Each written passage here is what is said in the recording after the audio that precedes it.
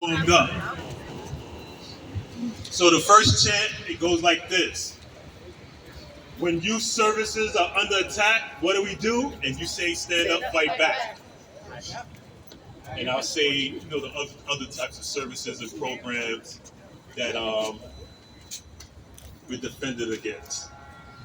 When youth services are under attack, what do? Stand up, fight back. When social services are under attack, what do? Stand up, fight back. When public health is under attack, what do? Stand up, fight back. What do? Stand up, fight back. What do? Stand up, fight back. Good, yeah, a lot of energy this morning. Yeah. And the next one, it goes like this. So when I say mayor's budget is the worst, y'all say time to put the people first. Hey. Mayor's budget is the worst. Time to put the people first. Mayor's budget is the worst. Time to put the people first. Mayor's budget is the worst. Time to put the people first. Mayor's budget is the worst. Time to put the people first. Good, good, good. And the last one. So when I say, what do we want? You're going to say a people's budget. And when I say, when do we want it? You say now. What do we want? A people's budget. When do we want it? Now. What do we want? A people's budget. When do we want it? Now. What do we want? A people's budget. When do we want it? Now. What do we want? A people's budget. When do we want it? Now. Good, good. Clap it up for yourselves. Real good. That's real good. We're going to get started in just another minute or two. Right. Hey.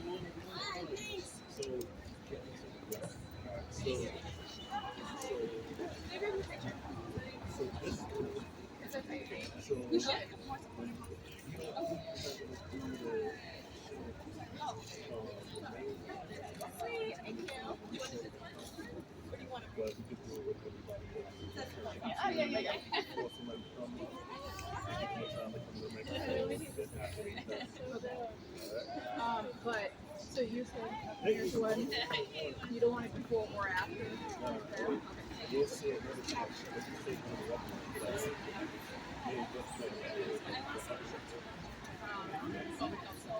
Yeah, do that.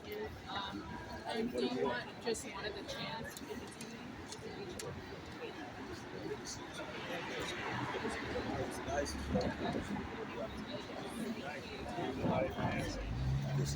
I might switch out. I just have to make sure.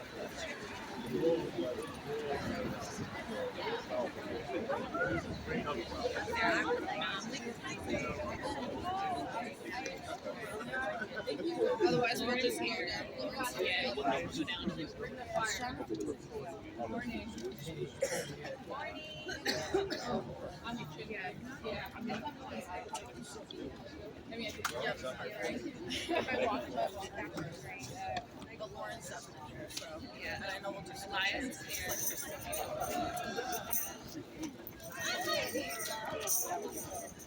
Signs are Who needs a sign? signs are right over there by Sarah.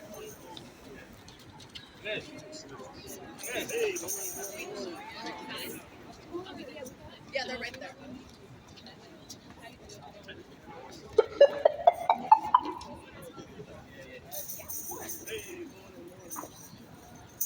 Working. And then just get in the back and the top, so we can leave this side open a little bit, so we're not disturbing. When youth services are under attack, what do? Stand up, fight back. When social services are under attack, what do? Stand up, fight back. When public health is under attack, what do? Stand up, fight back. What do? Stand up, fight back. What do? Stand up, fight back. Louder! Somebody got it. All right, we'll get there. We'll get there. It's morning. I get it. The coffee's kicking in. We got this. Let's try one more. Mayor's budget is the worst. Time to put the people first. Mayor's budget is the worst. Time to put the people first. Mayor's budget is the worst. Time to put the people first. Mayor's budget is the worst. Time to put the people I first. want to say it loudly, like he was right here, right in front of you. What kind of anger would you show? Considering he told us breakers can wait 2 more years to close. Shame! 2 more years. That'll make it 10 years. How many of y'all have been fighting since the beginning? That's right. Since the beginning. I know you have. So how does it feel to hear from the mayor of New York City that this can wait 10 years for Rikers to close in the midst of a human rights crisis? How does that feel? You tell me. You tell me. So make it loud. Mayor's budget is the worst. Time to put the people first. Mayor's budget is the worst. Time to put the people first. Mayor's budget is the worst. Time to put the people first. All right, let's do another one. All right, so I say, what do we want? You say a people's budget. When do we want it? Now. Thank you.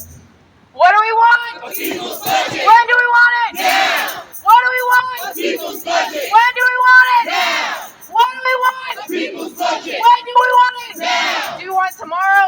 No. Do you want it this afternoon? No. Do you want it next month? No. Do you want it next year? Do you want it 2 years? 10 more years? Can you wait? That's right.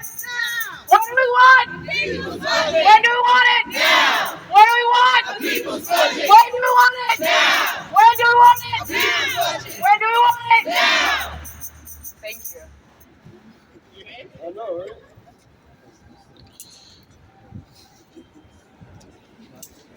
Crazy, right? 2 years. And here's the thing. I want everybody to do some homework and report back to us. Darren, Sarita, me, email any of us. Because this is what we need to figure out. They said it needs to wait 2 more years because of construction market issues, right? However, how many of us here look around in our block and see new development all the time? Something's not adding up here. Something's not adding up. So they have enough money to gentrify.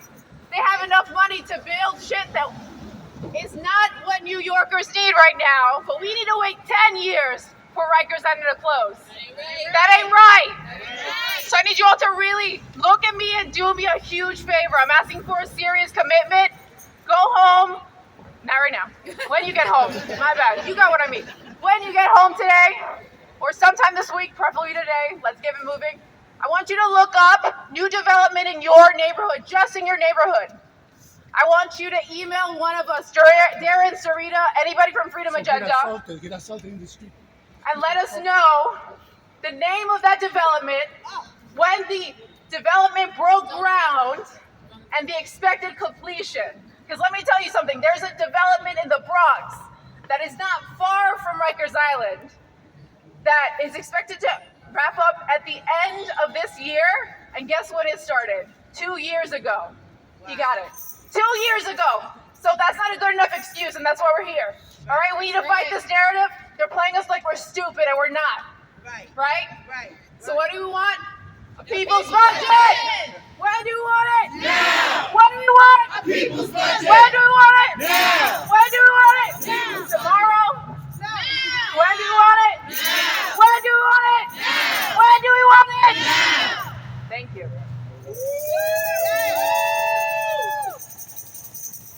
Raise your hand. Who can commit to the homework? All you gotta do is look up developments in your neighborhood and report back to us, okay? That's it.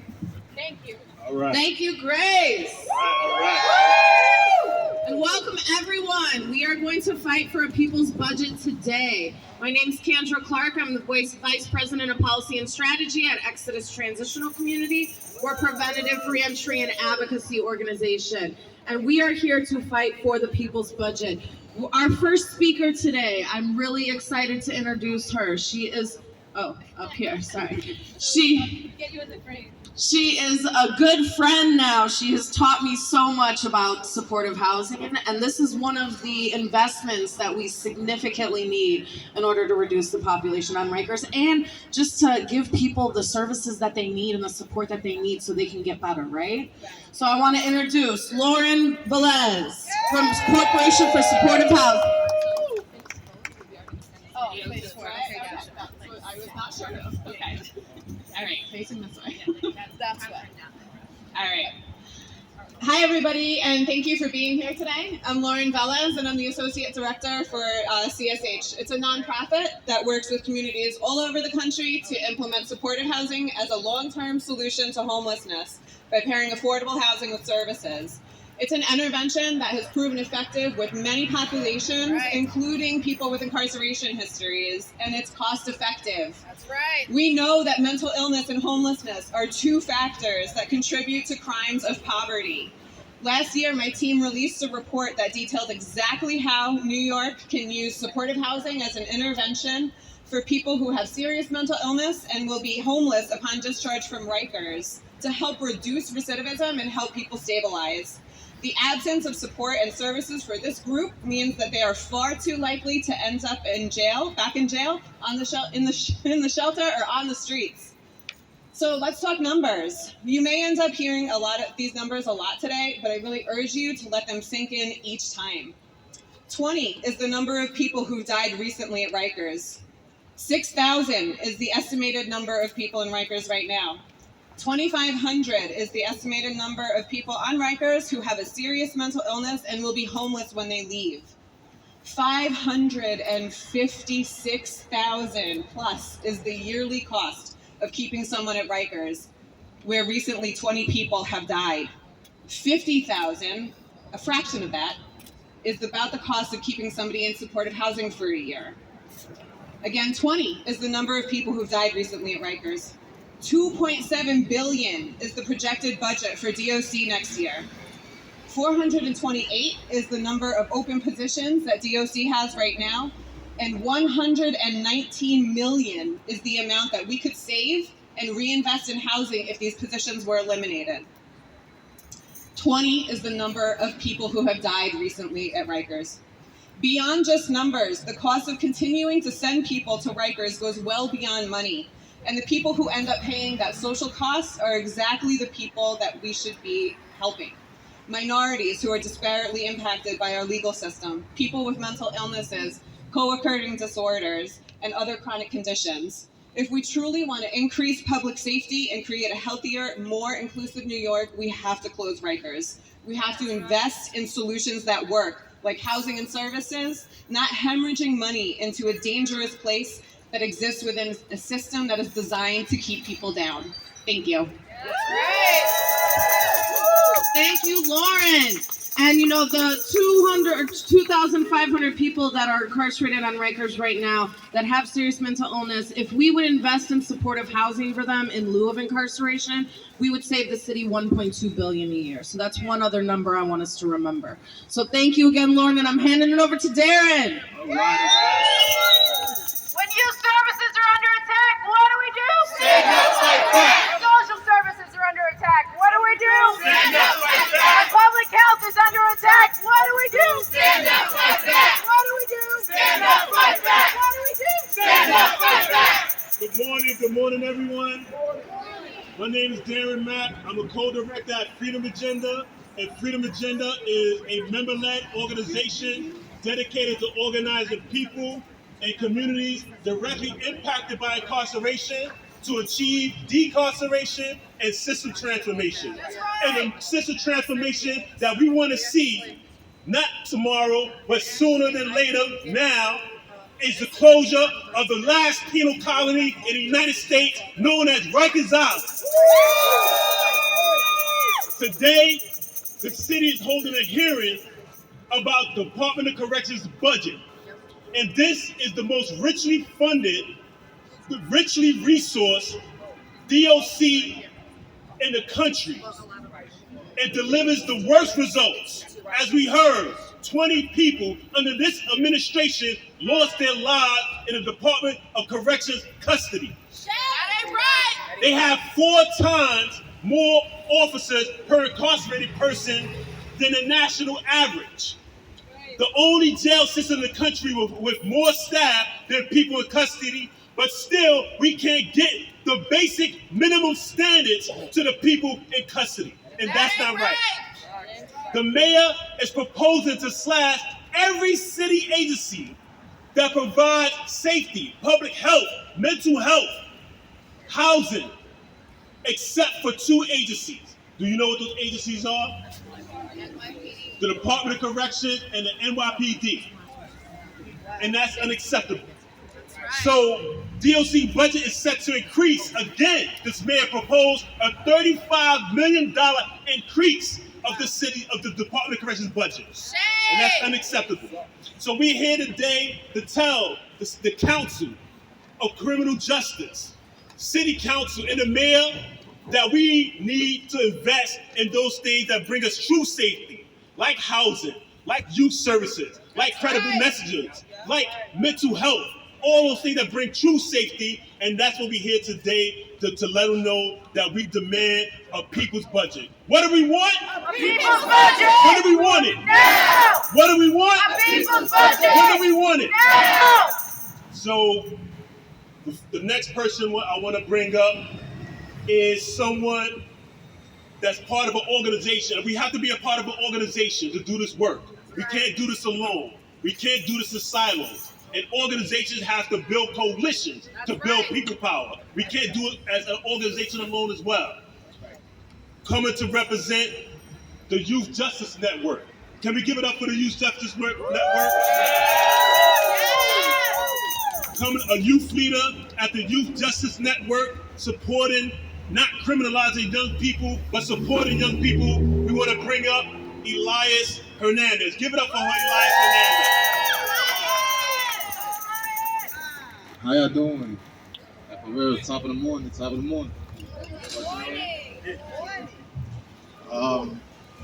I'm not really much of a speaker, but I'm gonna keep it real. I'm forming myself, formerly, I was locked up by Gonzalez. To keep it honest, it's inhumane. When I really sit there and I look back at it, I would never want to go back over it. The reason why is that I was stuck in a mindset where it's like, I was gonna keep getting myself back and forth. I want the video to get you, and they're gonna hear you no matter what. Is that okay? Yeah. So I got too comfortable being locked up, right? That I was like, if I ever get locked up again, I'm gonna send myself right back. I was getting used to it. The fact that I already was accustomed to the mindset of just returning back. When you young, really pay mind, you just like, we joking around as kids. We like, yo, if I ever get to Rikers Island, this is what I'm gonna do. And it's funny because when we growing up in the hoods, it's like that's really what it was, And it's sad to think that as a mentality, as a kid, when you growing up, maybe like in middle school, elementary, think like that. But it's a sad world though, you know what I mean? But we could make a difference. That's right. You know what I mean? That's right.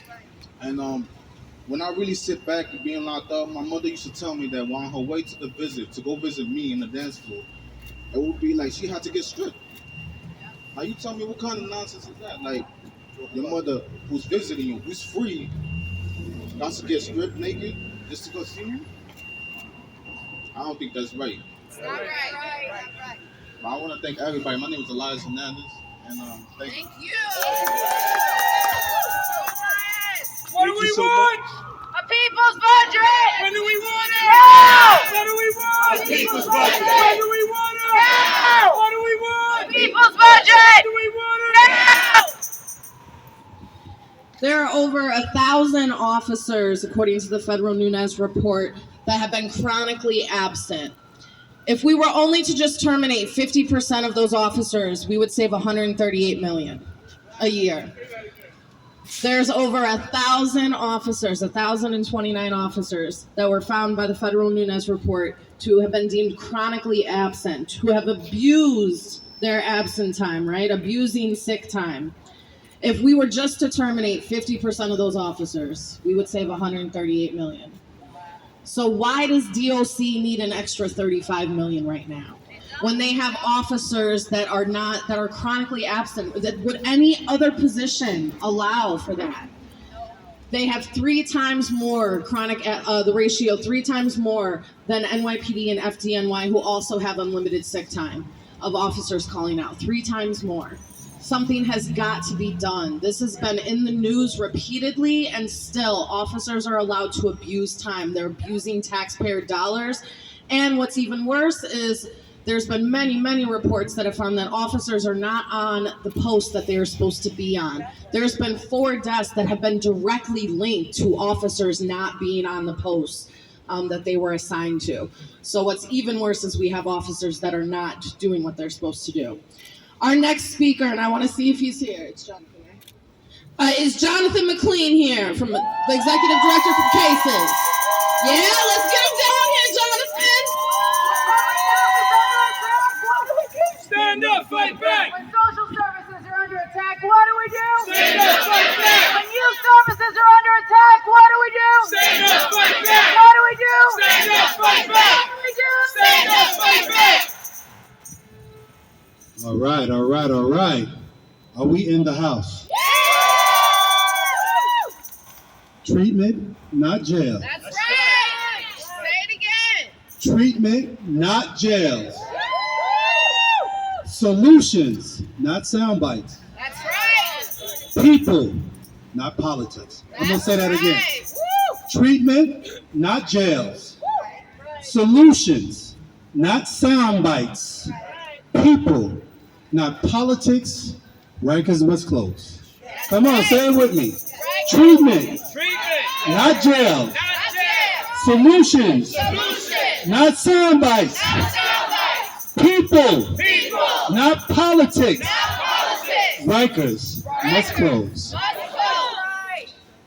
I stand here today in solidarity with you all, with solidarity with the families of those who have lost loved ones, with those who have died, and with those who continue to languish in that hellhole they call Rikers Island.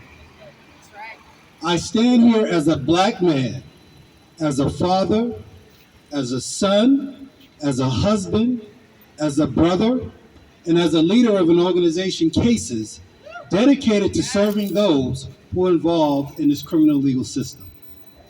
And I'm gonna tell you something.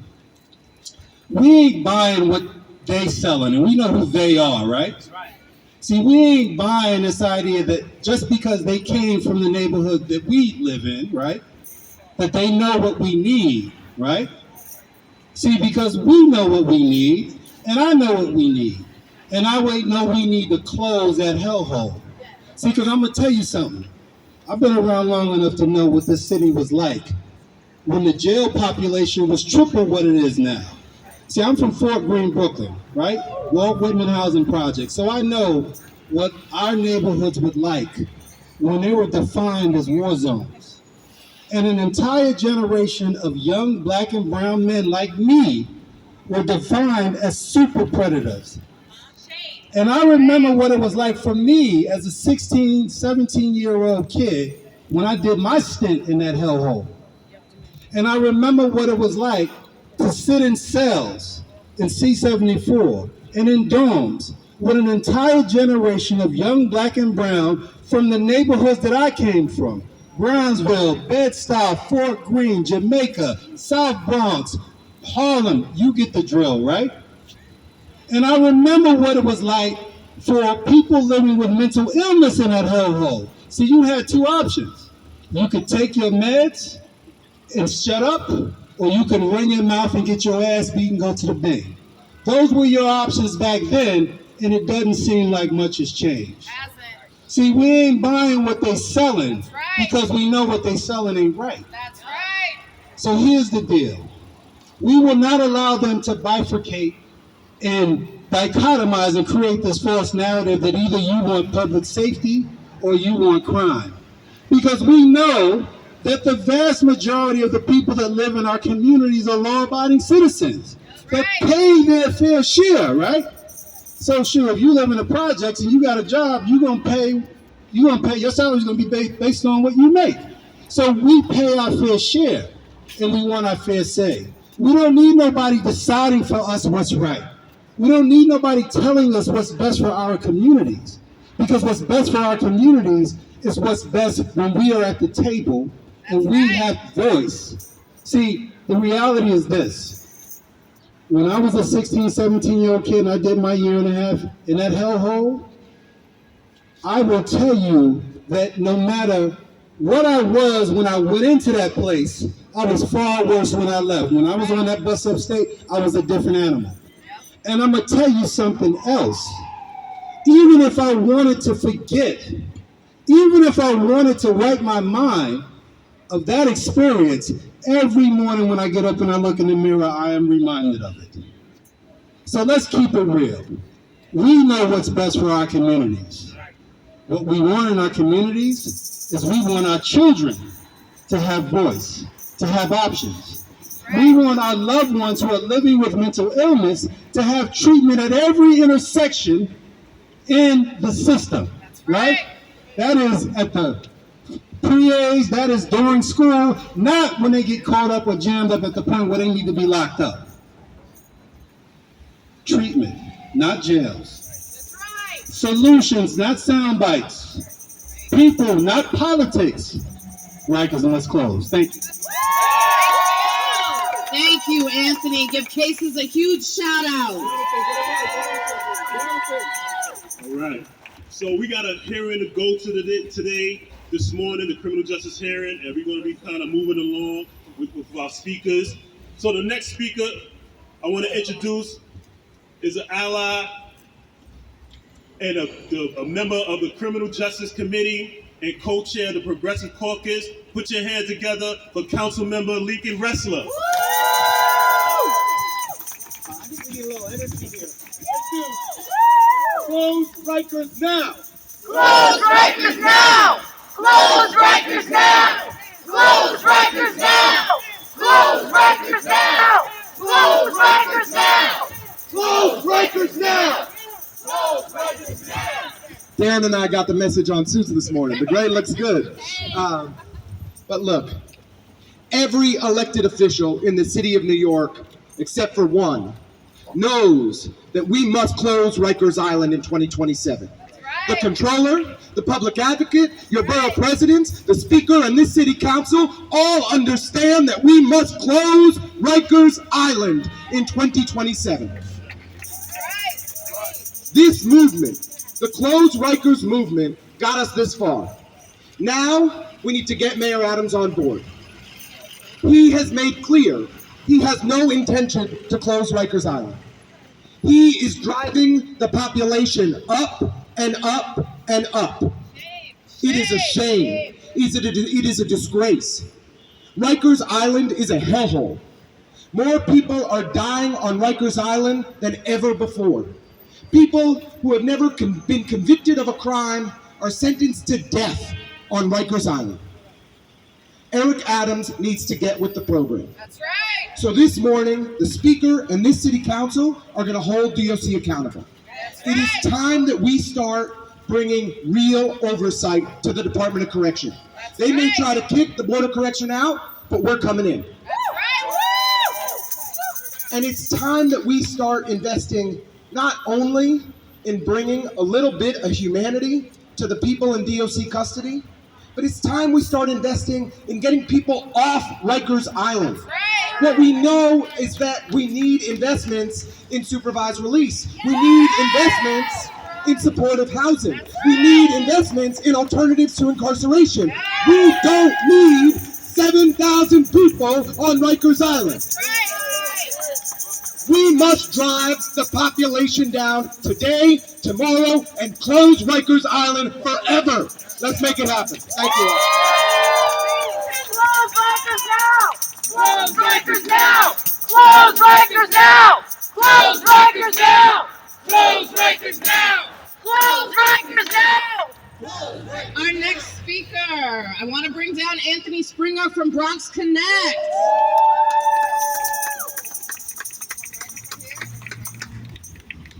All right. So as you know, we're all here for one specific reason, which is to get Rikers closed. And one of the things that I know when it comes to Rikers is that we're spending over $1,500 per person, $1,500 per person per day to be within Rikers. But while that's happening, we're seeing all of us not-for-profits who are doing the work to make sure that the communities are safer struggle to get the money. At Bronx Connect, we're working with violence interrupters. We're working with Cure Violence, which we know already has been proven to work. When we get those violence interrupters out there into the communities, we begin to see gun violence go down. We begin to see people get access to education, access to jobs, and access to things that they need by being connected to mentors, by being connected to people who can speak the language that they do. I'm not sure why we continue to believe that Rikers is the solution to bringing down violence and to bringing down crime. What we are saying is that continual locking people up is an answer to bringing true system change. But true system change comes with those people who are already at work in the communities. All these organizations that are here that are already at work are seeing lives change. So if we want to see a continual change in our community, let's make sure that we put the money where it needs to go. Let's close Rikers and put money into access, put money into the neighborhoods, put money to see true change. Thank you. Thank you, Bronx Connect. And just a quick reminder, alternatives to incarceration programming cost between $10,000 to $20,000 per person per year, depending on the program. We are spending $550,000 per person to detain them on Rikers, okay? So let's look at this cost benefit as well. Yeah. So we know that community investment is community safety. Community investment is community safety. And that's what we're telling the city council today. That community investment is community safety. No more money should be going to the Department of Corrections. The Department of Corrections here in New York City, $2.7 billion a year. Second to that is LA County, about $1.3 billion a year, and they have 3 times as many people in their custody. We spend the most money, it gets the worst results, and that has to stop. We need to invest in community services. We need to invest in public health. We need to invest in affordable housing. We need to invest in our youth. So next up, I want to bring up is a member of Freedom Agenda, someone I have the privilege to be walking these streets with, advocating and organizing. Put your hands together for Dario Pena. Mayor's budget is the worst. Time to put the people first. Mayor's budget is the worst. Time to put the people first. Mayor's budget is the worst. Time to put the people first. Mayor's budget is the worst. Time to put the people first. Okay, hello everyone. My name is Dario Pena. I'm a member of the Freedom Agenda group here, and I'm proud of everyone that's here today. I was on Rikers Island 30 years ago, and 30 years ago, my experience in Rikers Island was exactly what is going on there today. I saw many people there lose their lives over a phone, over a television set, over a small box of Frosted Flakes for breakfast, over gang affiliations, over ethnic backgrounds, over a race. I mean, the most ridiculous reasons for us to be at each other's throats. And I was also brutalized by the officers there. I had my ribs broken. I was beaten half to death on several occasions. So I can tell you, this has not changed. This is the same exact thing that is going on 30 years later. And this is the reason why Rikers Island has to be closed, because it has a culture of violence that has permeated decades of its existence, and it will not change, because that's just what it is. And it's not just the guys that are detained in Rikers Island, it's the officers. The officers bring in weapons. The officers brought me weapons and told me to kill the blacks. A Spanish officer brought me a box of razors and said, pass it out to the other Latinos and tear all the blacks up, because we had a racial war going on in C-74 at the time. This was 1993, 1994. You know, and today you have the same thing. What we have just within the last couple of years, people were separated by different sets of gangs in Rikers Island. They had Trinitarios in one house, Crips in another house, Bloods in a house, and they even separated the sets of Bloods because they kill each other. And this is crazy. And then they decided to reintegrate all of them, and now the violence is at an all-time high. So this culture is not going to change by keeping it open. It's not going to change by retraining the officers. That culture is embedded in Rikers Island, and that culture needs to be stopped. How? By shutting it down. That's the only way. That's the only way. There is no other way. So Mayor Adams needs to be brought to task on this, because I'm pretty sure he knows and understands this. You know, the Department of Corrections knows and understands this, but they continue to perpetuate it. Why? Because they don't really care.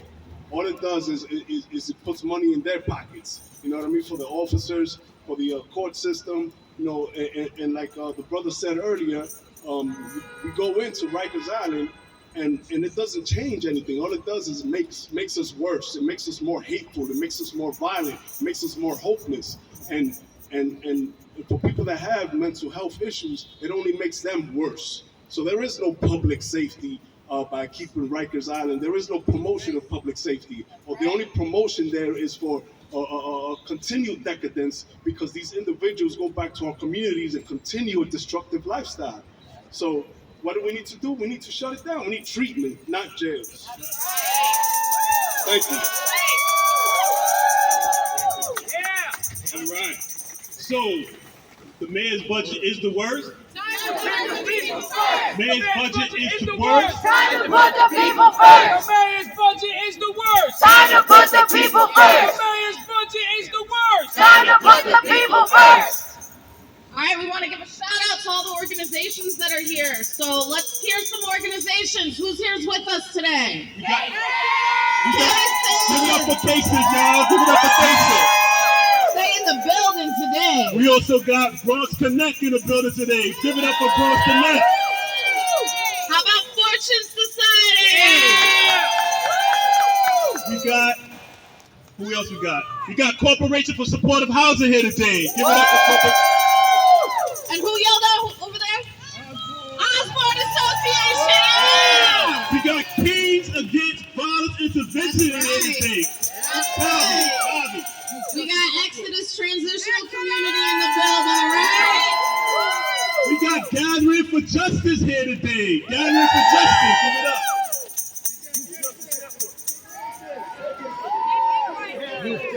NYCDS is here with us. We got the Youth Justice Network here today. Give it up for the Youth Justice Network. We got the League of Women Voters here today.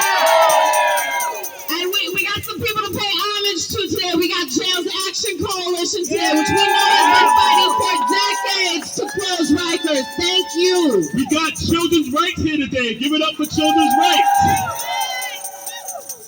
We also got the Halt Solitary campaign in the building.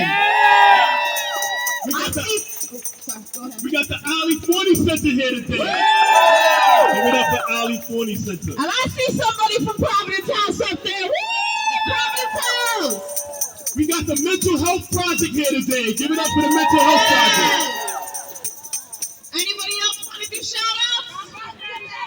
Bronx Defenders. Thank you for your work. Oh, we got Recess Art here today. Brooklyn representing Recess Art. Yes.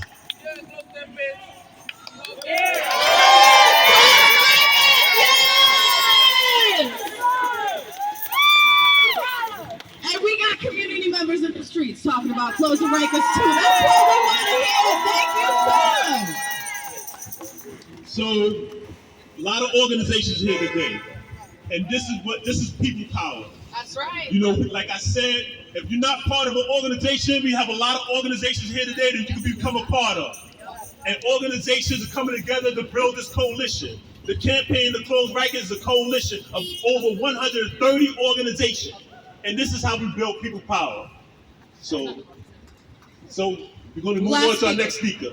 Yep, our last speaker, I want to introduce CARMEN PEREZ from Gathering for Justice. Let's come on down. What do we want? Now. What do we want? A people's budget. Now. What do we want? When do we want it? Now. What do we want? When do we want it? Now. Good morning. I want to thank all of you for being here and making your voice heard as we go before the Criminal Justice Committee to testify on divesting DOC's overinflated budget. My name is CARMEN PEREZ Jordan. I am the CEO, President of the Gathering for Justice, and proud co-founder of Justice League NYC. Yeah. As we heard, people in NYC DOC custody are subjected to some of the worst jail conditions in this nation. And this is not the first time I've been here to raise the issue of the appalling conditions of Rikers Island. It feels like it's been a decade, but I know people have been fighting much longer than I have. We are here today for Khalif Browder, who should have never been on Rikers Island for the alleged theft of a backpack. We are here for Pedro Hernandez, who was wrongfully accused and incarcerated for a police-accused shooting he did not commit. We are here for you, Elias Hernandez. We are here for everyone harmed by Rikers. We must stop this ongoing incarceration on Rikers driven by the overuse and misuse of pretrial detention, which feeds into a system that is not held accountable for its inconsistent wrongdoings. That's right. Additionally, the deterioration and violence on Rikers Island is not only dangerous for those who are housed in the prisons, but dangerous for the correctional officers, the medical staff, and the families who visit loved ones. We must make changes. In 2021, both the Federal Monitor and the Chief Medical Officer made a public call for help due to the emergency situation on Rikers. And while this outcry led to the signing of the Less is More Act and the release of 191 people, still there were 16 deaths in 2021, 19 deaths in 2022, and already one reported in 2023. That's too much. One death is way too much. The time is now. There is less than 4 years until NYC is required to close the jails on Rikers. We are here to urge City Council to accept our recommendations and reduce the DOC's budget and open up funding for community investments. It's time to divest funds used for punitive measures and redistribute them to the communities that need it the most. We must close Rikers by 2027 and stop incentivizing failing systems. Close Rikers now. Thank you so much, Carmen. Thank you so much to everyone being here today. So, like we said, there's a criminal justice committee hearing happening today. Department of Corrections is going to be testifying. And if I know DOC, they're going to be calling all of their staff and members and COBA to come and try to fill up this room. We've been here before. People that have been fighting it, we've been here before. We know what they do. So we need people to grab a closed Rikers shirt and come to City Hall with us and fill up this room. To let them know that New York City would not stand more money to the Department of Corrections, that New York City would not stand any delays in closing this penal colony, that New Yorkers would not stand for lack of investments in our community. So clap it up for yourselves, everybody. Thank you much for being here today.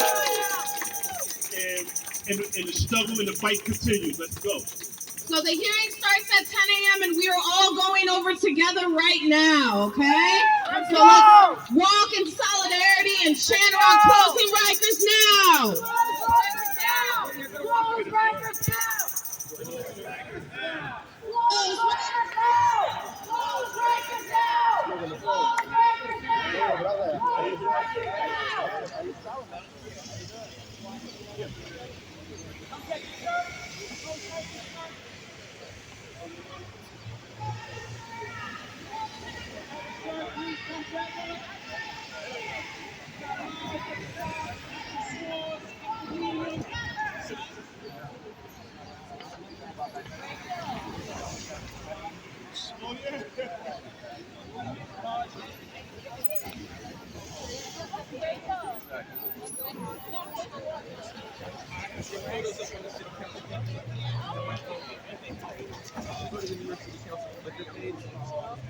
You'll see it. Your friend you were talking to yesterday? Yeah.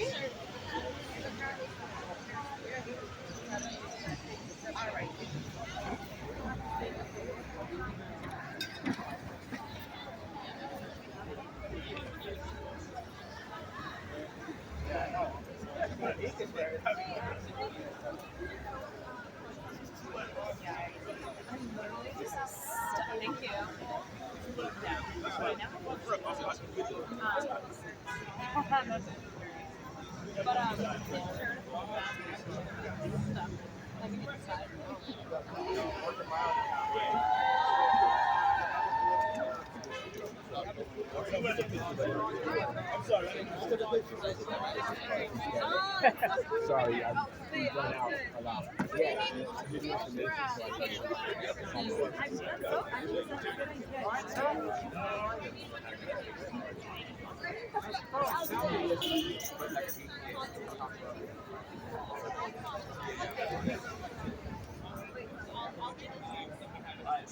Alex. How you doing? Oh my God. Good to see you. Good. Yeah, I tapped you earlier. How are you? This is Kelly. How you doing? I know, right? I attend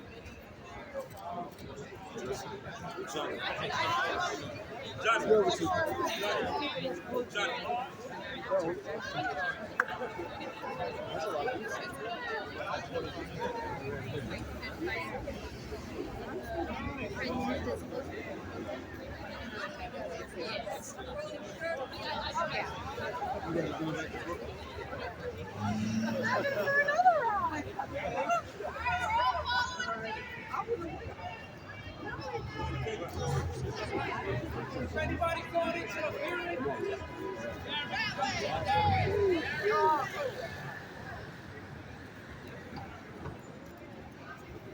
We gotta go to the hearing, y'all. We gotta go to this hearing. We gotta pack up this hearing. Get ready.